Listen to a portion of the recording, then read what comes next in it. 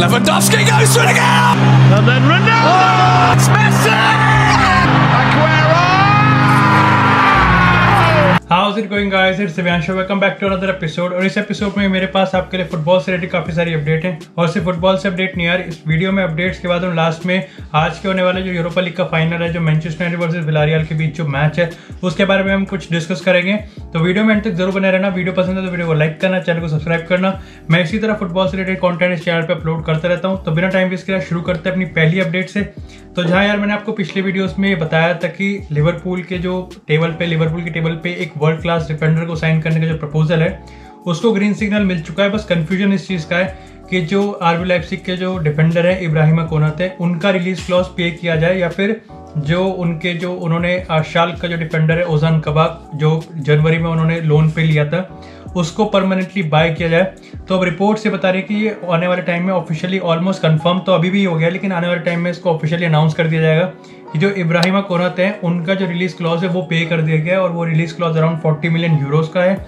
वहीं जो ओजान कबाक है, जो उनका 80 मिलियन का जो परमानेंट डील का जो बायबैक का ऑप्शन था, उसको कहीं ना कहीं लिवरपूल ने रिजेक्ट कर दिया है। और इस सीजन के बाद जो कि ऑलरेडी खत्म हो चुका है, तो लिवरपूल वो जो ओजान कबाक हैं वो अपने पेरेंट क्लब शाल्क में जाने वाले हैं। रीज़न जो उनको परमानेंटली साइन ना करने का जो रीज़न है वो कहीं ये नहीं है कि उन्होंने इम्प्रेस नहीं करा है, बल्कि ये है कि जो लिवरपूल का जो ट्रांसफर बजट है वो काफ़ी ज़्यादा टाइट है, जो उनके पास फंड्स हैं वो काफ़ी ज़्यादा टाइट है। तो वो हर एक पेनी को काफ़ी ज़्यादा स्ट्रेटेजिक तरीके से खरीदना चाहते हैं।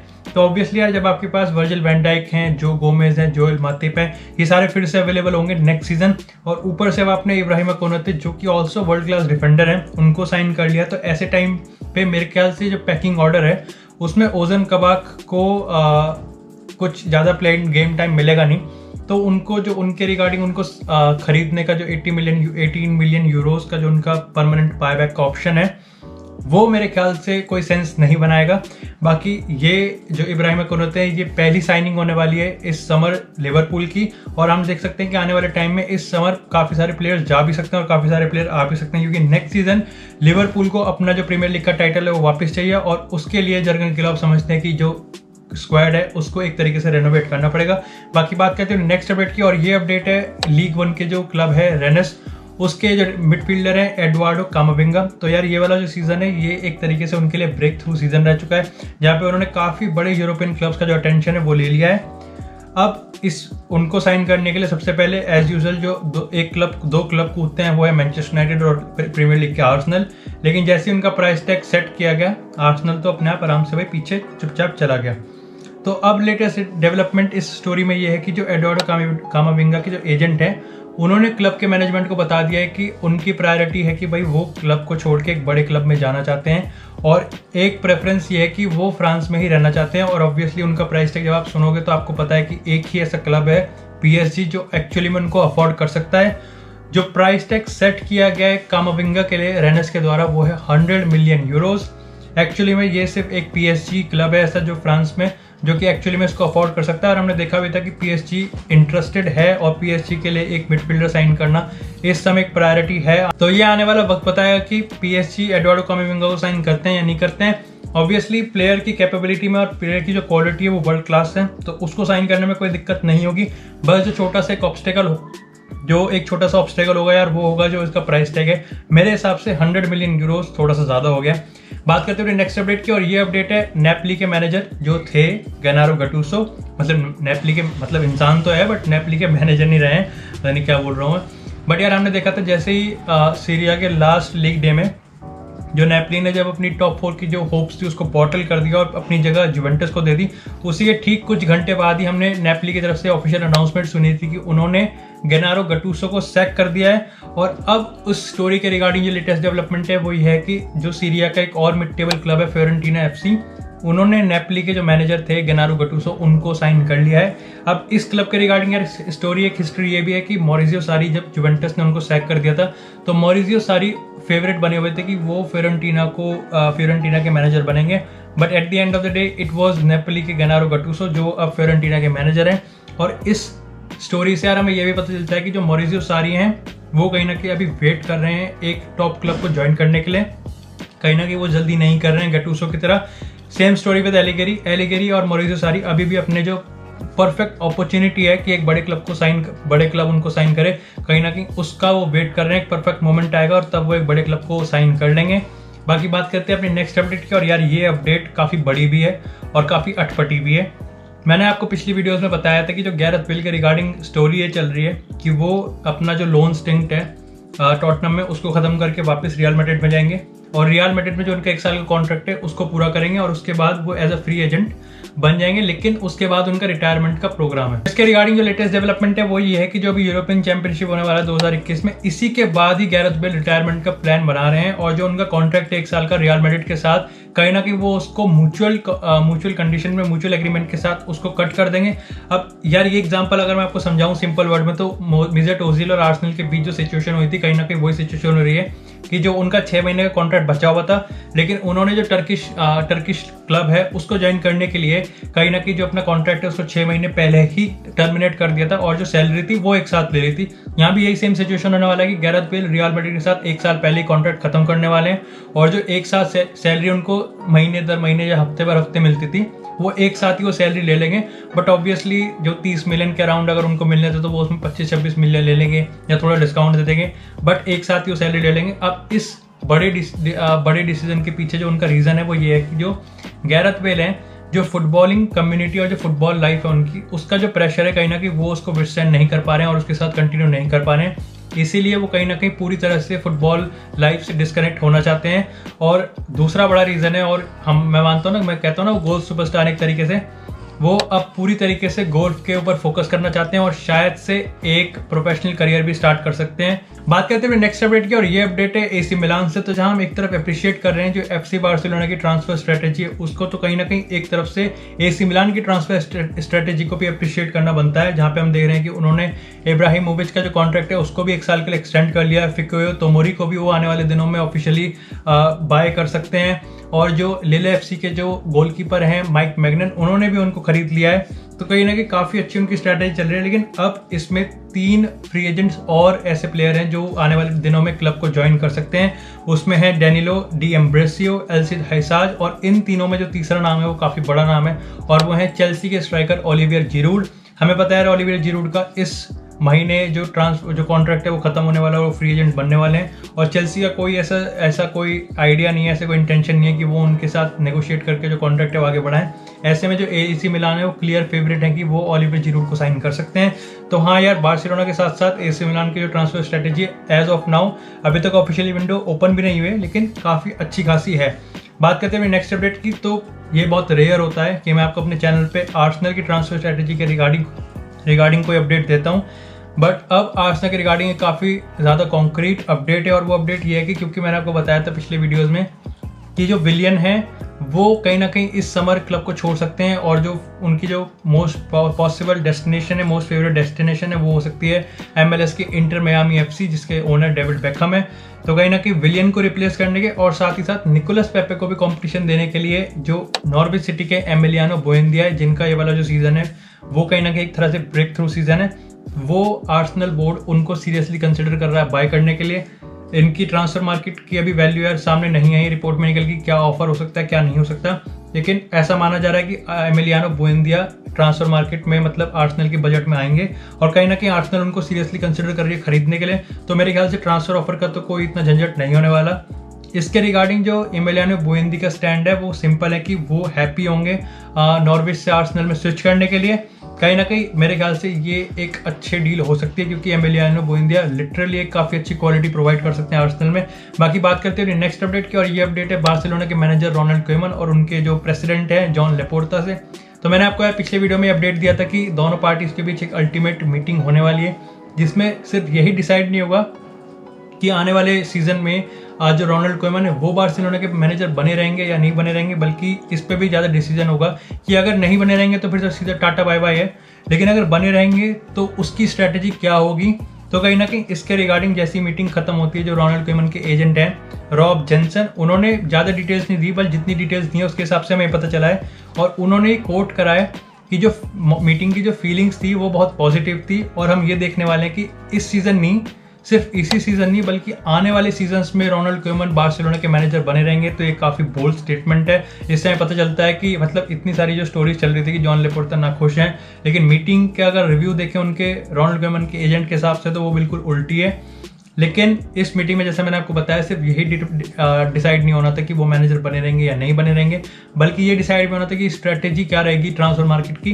क्योंकि हमने देखा है हाल ही के दिनों में जो रोनाल्ड कोएमन है वो काफी ज्यादा स्केप्टिकल और क्रिटिकल हो रखे हैं अपनी बार्सिलोना के बोर्ड के, एज एफ लाइक जोसे मोरिनो की आत्मा उनके अंदर घुस चुकी है। क्योंकि उन्होंने ओपनली इसको कहा था कि ला लीगा के एंडिंग सीजन में, जहाँ पे हम कहते हैं कि बार्सिलोना ने ला लीगा को बॉटल किया है, उन्होंने कहा था कि एंडिंग सीजन में मेरे को ऐसा लगा ही नहीं कि बार्सिलोना का जो बोर्ड है उसका सपोर्ट मेरे को मिल रहा है। मेरे को ऐसा लग रहा था कि वो ऑब्वियसली मान के बैठे हैं कि हमें इस सीजन के बाद रोनाल्ड कोएमन को सैक करना है। उन्होंने इस चीज को भी कहा था कि ये वाला जो सीजन है उसको मेरे हिसाब से जज नहीं करना चाहिए, क्योंकि जो मेरे को स्क्वाड चाहिए था बार्सिलोना में वो अभी तक मेरे को मिला ही नहीं है। जहाँ पे हमें ये बात यार कहीं ना कहीं फैक्चुअल फैक्ट्स की अगर बात करें तो ये बात सच है कि उनके अंडर अभी तक एक सर्जिनो डेस्ट ऐसा प्लेयर है जो कि इतना बड़ा कोई प्लेयर नहीं जिसको साइन किया गया है। तो उन्होंने कहीं ना कहीं इस चीज को कहा कि मेरे को 1 या 2 ट्रांसफर विंडो और चाहिए वो बार्सिलोना लेने के लिए, जो मैं चाहता हूँ, जो हर तरफ से जो टाइटल्स है उनके लिए फाइट करेगी।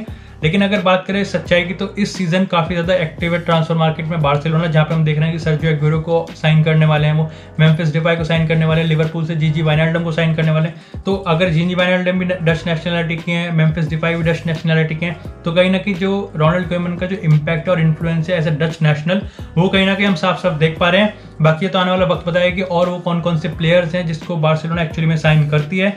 बाकी बात करते हुए नेक्स्ट अपडेट की, और ये अपडेट है फिर से हम उसी स्टोरी पे आ जाते हैं जुवेंटस, मास्सिमिलियानो एलेग्री, जिडेन और रियल मैड्रिड से। तो जहां पे मैंने आपको बताया था कि जुवेंटस के लिए जो 2 मैनेजर्स हैं वो है ज़िनेदिन ज़िडेन और मास्सिमिलियानो एलेग्री, इन केस अगर आने वाले टाइम में आंद्रे पिर्लो सैक होते हैं। अब इसके रिगार्डिंग जो करंट सिनेरियो वो ये है कि जुवेंटस ने इनफॉर्मली मास्सिमिलियानो एलेग्री को कांटेक्ट किया है, लेकिन इसके रिगार्डिंग जो एलेग्री का स्टैंड है वो सिंपल है कि भाई मेरे को कोई दिक्कत नहीं है जुवेंटस की जॉब लेने में, लेकिन जो मेरी फर्स्ट प्रायोरिटी है वो रियल मैड्रिड है। अब मेरे को समझ में नहीं आ रहा कि इसमें इतनी ट्रिकी सिचुएशन है क्या, क्योंकि मेरे हिसाब से बहुत ज्यादा सॉर्टेड है कि अगर ज़िनेदिन ज़िडेन रियल मैड्रिड को छोड़ते हैं तो ऑब्वियसली एलेग्री जा रहे हैं रियल मैड्रिड में, और अगर ज़िनेदिन छोड़ते हैं तो ऑब्वियसली वो जा रहे हैं जुवेंटस में, क्योंकि ज़िडेन के फ्यूचर के रिगार्डिंग जुवेंटस के अलावा ऐसा कोई एक्चुअली में क्लब है नहीं जो एक्चुअली में उनके साथ लिंक हो रहा हो या उनके रिगार्डिंग स्पेकुलेशंस और रूमर्स आ रही हो। और अगर मैं आपको करंट सिनेरियो की बात बताऊं तो इस वक्त एलेग्री के जो एजेंट्स हैं वो इस वक्त मैड्रिड सिटी में हैं और मैड्रिड बोर्ड के साथ वो एक्चुअली में नेगोशिएट कर पा रहे हैं कि आने वाले टाइम में कैसे कैसे सीजन होने वाला है। अब यार इस पूरी स्टोरी का मैं आपको अगर स्टार्टिंग पॉइंट बताऊं तो वो स्टार्ट यहीं से होने वाला है कि हम आने वाले दिन में देखेंगे कि ज़िडेन एक ऑफिशियल अनाउंसमेंट करेंगे। वो दोनों तरफ में से किसी भी तरफ जा सकती है, वो ये भी हो सकती है कि वो रियल मैड्रिड में रुक रहे हैं, और वो ये भी हो सकती है कि वो रियल मैड्रिड से जा रहे हैं। लेकिन इस पूरी स्टोरी का अगर कोई कॉन्क्रीट डेवलपमेंट होने वाला है या एक्शन होने वाला है तो वो यहीं से होगा कि ज़िनेदिन ज़िडेन एक अनाउंसमेंट करने वाले हैं। बाकी बात करते हैं नेक्स्ट अपडेट की, और ये अपडेट है इंटर मिलान के जो मैनेजर है एंटोनियो कॉन्टे से। तो एंटोनियो कॉन्टे के हमने देखा था कि यार सीजन के मिड सीजन में जाके ऐसी काफ़ी तनातनी हो गई थी जो इंटरनेशनल के जो ओनर्स हैं और एंटोनियो कॉन्टे में, और हमें लग रहा था कि एक सीजन बाद ही अब एंटोनियो कॉन्टे इंटर मिलान को छोड़ देंगे। लेकिन इवेंचुअली इंटरनेशनल की जो परफॉर्मेंस है उसके चलते उन्होंने सीरिया की टाइटल जीत ली है और जुवेंटस को आफ्टर 9 ईयर्स और 8 ईयर्स उनको एक्चुअली में डीथ्रोन कर दिया है। तो अब दोनों के रिगार्डिंग ये डेवलपमेंट आ रहा है कि आने वाले दिन में एंटोनियो कॉन्टे अपने फ्यूचर के रिगार्डिंग डिसीजन बना सकते हैं कि उनको इंटरनेशनल में रहना है या नहीं रहना है। इसके रिगार्डिंग अगर मैं आपको इंटरनेशनल के जो ओनर्स हैं उनका स्टैंड बताऊं तो वो एक्चुअली में काफ़ी ज़्यादा खुश हैं एंटोनियो कॉन्टे के स्टे होने से, और वो चाहते हैं कि एंटोनियो कॉन्टे इस समय इंटरनेशनल के साथ कंटिन्यू करें। लेकिन दोनों पार्टीज के बीच में कुछ पॉइंट्स ऐसे हैं जिसपे दोनों एग्री नहीं कर पा रहे। जैसे मैंने आपको बताया था कि इंटर ओनर्स की जो इंटरनेशनल की जो फाइनेंशियल कंडीशन है वो ऑब्वियसली बाकी सारे टॉप यूरोपियन क्लब्स की तरह खस्ता है, और ऐसे में जो इंटर के ओनर्स हैं तो ऊपर से ऐसे ऑर्डर्स आए हैं एंटोनियो कॉन्टे को कि भाई इस समर ट्रांसफर विंडो में खरीदने की तो दूर की बात है, लेकिन आप ऐसे प्लेयर्स सेल करो कि हमारे पास कम से कम 80-90 मिलियन यूरोस तक का हमारे पास बजट आ जाए। अब वो उसको प्लेयर्स खरीदने में लगाएंगे या फिर अपना कुछ करेंगे, इस पर अभी तक कोई कॉन्क्रीट डेवलपमेंट नहीं आया है, कॉन्क्रीट अपडेट नहीं है। लेकिन इतना कंफर्म है कि ऊपर से ऑर्डर्स आए हैं कि भाई आप ऐसे प्लेयर्स सेल करो। अब चाहे आप 1 प्लेयर सेल करो, चाहे आप 10 प्लेयर सेल करो, लेकिन कम से कम 80-90 मिलियन यूरोस तक का बजट लेके आओ। इसके रिगार्डिंग एंटोनियो कॉन्टे ने भी अपना जो स्टैंड है वो क्लियर कर दिया कि भाई देखो कोई भी प्लेयर सेल कर लो, कुछ भी कर लो, तुम चाहे बिल्डिंग का ऊपर की छत बेच दो, लेकिन मैं एक भी ऐसा प्लेयर नहीं दूंगा जिसने मेरे को लीग टाइटल जितवाया है। वो चाहते हैं कि जो लीग टाइटल, जो वो टीम थी जिसने वो लीग टाइटल जितवाने में उनको मदद करी, कहीं ना कहीं उनमें से एक भी प्लेयर नहीं जाएगा। यानी कि इन शॉर्ट, लुकाकू को नहीं बेच सकते आप, Lautaro Martinez is not for sale, Achraf Hakimi is not for sale, Skriniar, de Vrij और या फिर हंडानोविच, ये वो प्लेयर्स हैं जो आप सेल नहीं कर सकते। तो ये कुछ ऐसे पॉइंट्स हैं जहाँ पे दोनों पार्टीज के बीच में अभी तक एग्रीमेंट नहीं हुआ है। आने वाले टाइम में ये बताया कि कहीं ना कहीं ट्रांसफर मार्केट की जो स्ट्रेटेजी ये हमें डिसाइड करते हुए दिख सकती है कि एंटोनियो कॉन्टे रुकेंगे या नहीं रुकेंगे। बाकी बात करते हैं अपनी नेक्स्ट अपडेट की और इस वीडियो की लास्ट अपडेट की। तो जो हंसी फ्लिक के रिगार्डिंग जो स्टोरी चल रही थी, अब फाइनली उसका क्लाइमैक्स हमें देखने को मिल चुका है। हंसी फ्लिक ने ऑफिशियली जर्मन नेशनल टीम के साथ कॉन्ट्रैक्ट साइन कर दिया और वो ऑफिशियली उनके नए मैनेजर हैं, लेकिन वो इंस्टेंटली नेशनल टीम को ज्वाइन नहीं करने वाले। जो अभी करंट मैनेजर हैं नेशनल टीम के, जोचिम लो, वो अभी उनके मैनेजर बने रहेंगे और जो आने वाला यूरोपियन कॉम्पिटिशन है कहीं ना कहीं वही लीड करेंगे जर्मन नेशनल टीम को, इररेस्पेक्टिव ऑफ द फैक्ट कि German national team European competition में कैसे परफॉर्म करती है। लेकिन कंपटीशन खत्म होने के बाद ही जोचिम लो रिजाइन कर देंगे और हंसी फ्लिक उनकी जगह आएंगे। तो जहां पर एक तरफ हंसी फ्लिक की जो स्टोरी है उसका क्लाइमैक्स और उसकी एंडिंग हो चुकी है, लेकिन एक तरफ जोचिम लो, जो हमें पता है कि काफी हाईली रेटेड मैनेजर हैं, वो भी अब एक तरीके से एक तरफ फ्री मैनेजर बन चुके हैं और काफी सारे टॉप यूरोपियन क्लब्स हैं, मैं आपको बता रहा हूँ, जो इस समय उनकी सर्विस के लिए इंटरेस्टेड होंगे, चाहे वो जुवेंटस हो, चाहे वो टॉटनहम हॉटस्पर हो, चाहे वो मैनचेस्टर यूनाइटेड हो, बट ब्ला ब्ला ब्ला, कोई भी मैनेजर, कोई भी टॉप यूरोपियन क्लब्स हो सकते हैं जो इस समय जोचिम लो को साइन करना चाहेंगे। बाकी बात करते हैं यार इस वीडियो की, ये सारी अपडेट्स थी। अगर इसके किसी भी अपडेट से रिगार्डिंग आपका कोई ओपिनियन हो तो आप मुझे कमेंट सेक्शन में बता सकते हैं। तो अब बात करते हैं आज होने वाला है यूरोपा लीग का final, Manchester United versus Villarreal का। तो सबसे पहले मैं आपको बता दूं कि आप इसको देख कैसे सकते हैं। तो इंडिया में ये 27 मई को सुबह 12:30 बजे या फिर आधी रात को 12:30 बजे, अगर मैं आपको कंफ्यूज ना करूं तो समझ लो यार 12:30 बजे कैसे होता है 27, तो उस टाइम सोनी लिव की ऐप पे या फिर आप जियो टीवी पे इस मैच को देख सकते हैं। अब यार दोनों टीम को हम एक तरफ रखें, एक तरफ विलारियल को रखें और एक तरफ मैनचेस्टर यूनाइटेड को रखें, तो ऑब्वियसली विलारियल एक अंडरडॉग की तरह जाएगी और मैनचेस्टर यूनाइटेड क्लियर फेवरेट्स की तरह जाएंगी। लेकिन अगर हम विलारियल की तरफ एक बार फोकस करें तो पिछले 14 मैचेस, अगर पूरे यूरोपा लीग के कैंपेन को देखें हम, तो 14 मैचेस उन्होंने खेले हैं, उसमें से 12 मैचेस जीते हैं और 2 मैचेस ड्रॉ करे हैं। और हमने देखा तो उन्होंने सेमीफाइनल में आर्सेनल जैसी बड़ी टीम को भी हराया है। तो कहीं ना कहीं फेवरेट्स, अगर हेड टू हेड की बात करें तो कहीं ना कहीं विलारियल एक अंडरडॉग्स हैं। लेकिन जब मैनेजर्स की, जब वो यूरोपियन कंपटीशन की बात आती है ना, तो कहीं ना कहीं ऐसा लगता है कि उनई एमरी के पास वो सीक्रेट टैक्टिक्स है जो उनको हर बड़ी टीम या छोटी टीम के रिगार्डिंग एक अपर हैंड दे देता है। बट क्या वो सीक्रेट टैक्टिक्स इतनी ज़्यादा लीथल और इतनी ज़्यादा सुपीरियर है कि वो यूनाइटेड जैसी बड़ी टीम्स को हरा सकती है? खैर, ये तो देखने वाली बात होगी आज के मैच में ही। लेकिन ये तो कंफर्म है कि जहां इस फाइनल में दोनों मैनेजर्स अपने अपनी जो टैक्टिक्स है उसको स्पॉट ऑन और परफेक्ट रखने की तैयारी करेंगे और अपनी बेस्ट स्ट्रेटेजी को इम्प्लीमेंट करेंगे। लेकिन एक कैटेगरी ऐसी है जहां पे क्लियरली मैनचेस्टर यूनाइटेड का अपर हैंड है और जो मेरे हिसाब से इस मैच में बहुत बड़ा डिफरेंस क्रिएट करेगा, और वो है प्लेयर्स की क्वालिटी। चाहे हम उनई एमरी की बात करें, चाहे हम ओले गुनार सोल्शायर की बात करें, दोनों में से कुछ लोग कहेंगे कि उनई एमरी का अपर हैंड है यूरोपा लीग के कंपटीशन में, चाहे हम बात करें ओले गुनार सोल्शायर का अपर हैंड है। लेकिन जहां पर प्लेयर क्वालिटी की बात आती है तो मेरे हिसाब से मैनचेस्टर यूनाइटेड बहुत ज्यादा क्लियर फेवरेट है। और जो मैनचेस्टर यूनाइटेड के फैंस हैं, जो इस मैच के लिए पर्टिकुलरली मैनचेस्टर यूनाइटेड को फॉलो कर रहे हैं, उनको पता है कि मैनचेस्टर यूनाइटेड को अगर ये मैच जीतना है तो जरूरी नहीं कि सारे प्लेयर्स चल जाएं, सिर्फ 2-3 प्लेयर्स भी अपना अगर परफेक्ट मैच खेल देना, चाहे वो ब्रूनो फर्नांडिस हो, चाहे वो एंडरसन कवानी हो, चाहे वो मार्कस रैशफोर्ड हो, चाहे वो पॉल पोग्बा हो, इनमें से अगर कोई भी 2-3 प्लेयर चल गए ना, तो मेरे ख्याल से चाहे कितनी परफेक्ट टैक्टिक्स हो विलारियल की, लेकिन वो मैनचेस्टर यूनाइटेड को कंटेन नहीं कर सकती। मैनचेस्टर यूनाइटेड काफी नंबर्स में अटैक करती है, तो मेरे हिसाब से प्लेयर्स की क्वालिटी पे बहुत ज्यादा डिपेंड करता है। अब बात करते हैं यार दोनों मैनेजर्स की। तो अगर हम उनई एमरी की बात करते हैं तो मेरे हिसाब से अगर ज़िनेदिन ज़िडान को यूसीएल का किंग माना जाता है तो मेरे हिसाब से उनई एमरी को भी एक तरह से यूरोपा लीग का किंग माना जाता है। जहां हमने देखा था उनके अंडर सेविया ने 3 यूरोपा लीग के कंपटीशन जीते थे, जिसमें से एक कंपटीशन उन्होंने लिवरपूल, जो जर्गन क्लोप की लिवरपूल है, उसको हरा के जीता था। तो कहीं ना कहीं हम मान सकते हैं कि उनई एमरी को पता है कि यूरोपा लीग के फाइनल्स में कैसे बिहेव करना पड़ता है या फिर कैसे अपनी जो टैक्टिक्स हैं उसको स्पॉट ऑन रखना पड़ता है। तो अगर हम उसकी ओले गुनार सोल्शायर की बात करें तो हमने देखा है कि यार उनके अंडर हम मान सकते हैं कि एक मैनचेस्टर यूनाइटेड काफ़ी सक्सेसफुल और काफ़ी स्टेबल टीम है जो आने वाले सालों में ट्रॉफीज़ के लिए लड़ेगी। लेकिन एक्चुअली में अगर आपको अपनी क्लब की सक्सेसफुल का जो मेजर होता है वो ऑब्वियसली उनकी ट्रॉफीज से होता है, और अभी तक ओले गुनार सोल्शायर के अंडर मैनचेस्टर यूनाइटेड ने कोई भी ट्रॉफी नहीं जीती है। हालांकि उनके अंडर 4 सेमीफाइनल में मैनचेस्टर यूनाइटेड फाइट करी है, लेकिन चारों सेमीफाइनल हार गई है। पहला ऐसा फाइनल है जिसमें मैनचेस्टर यूनाइटेड उनके अंडर किसी फाइनल में पहुंची है। तो कहने को तो एक्साइटमेंट है और मोमेंटम भी उनके पास है, लेकिन एक्सपीरियंस के मामले में मेरे ख्याल से मैं उन्हें एमरी को नंबर दूंगा। तो मेरे हिसाब से अगर ये मैच हार जाती है मैनचेस्टर यूनाइटेड, तो ऐसा नहीं है कि जॉब खतरे में, उसकी ओले गुनार सोल्शायर की जॉब खतरे में, लेकिन कहीं ना कहीं जो बैकलैश है, और वो भी ऐसे टाइम पे जब ओनर्स का और फैंस का जो रिलेशन है वो अपने बिल्कुल ये कहते हैं ना सी लेवल के कैटेगरी पे आता है, इतनी नीचे कि इससे नीचे जा ही नहीं सकता, इससे वर्स्ट हो ही नहीं सकता।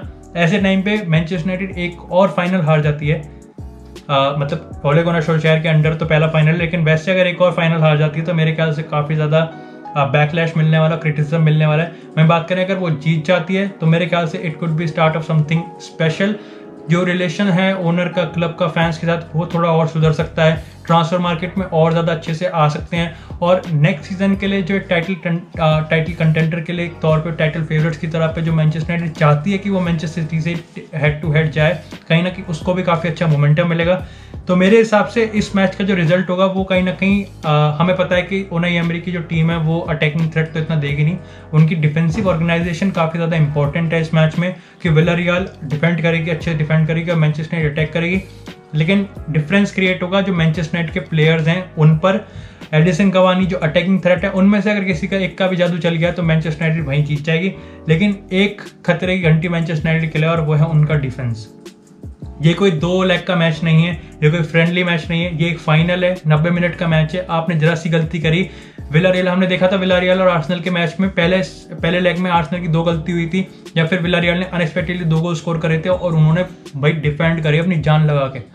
मतलब हम देख सकते हैं कि पहला मैच और दूसरा पूरा मैच आर्सेनल गोल स्कोर कर ही नहीं पाई। अब आर्सेनल मैनचेस्टर यूनाइटेड के कंपैरिजन में कम क्वालिटी वाली टीम हो, लेकिन आर्सेनल अपने आप में काफ़ी अच्छी टीम है। ओबामेयांग है, उनके पास निकोलस पेपे हैं, उनके पास काफ़ी ऐसे प्लेयर्स हैं, लेकिन उन्होंने डेडलॉक तोड़ ही नहीं पाए। तो मेरे ख्याल से अगर गलती कर दी मैनचेस्टर यूनाइटेड डिफेंस ने तो विलारियल उसको कैपिटलाइज करने में जरा सा भी देर नहीं लगाएगी, और हमें पता है कि हैरी मैग्वायर बहुत डाउटफुल है कि वो मैनचेस्टर यूनाइटेड की तरफ से खेलेंगे या नहीं खेलेंगे। तो जो मेरे हिसाब से एक्सपेक्टेड सेंटर बैक्स होंगे वो एक तो लिंडलॉफ होंगे और एरिक बाई होंगे।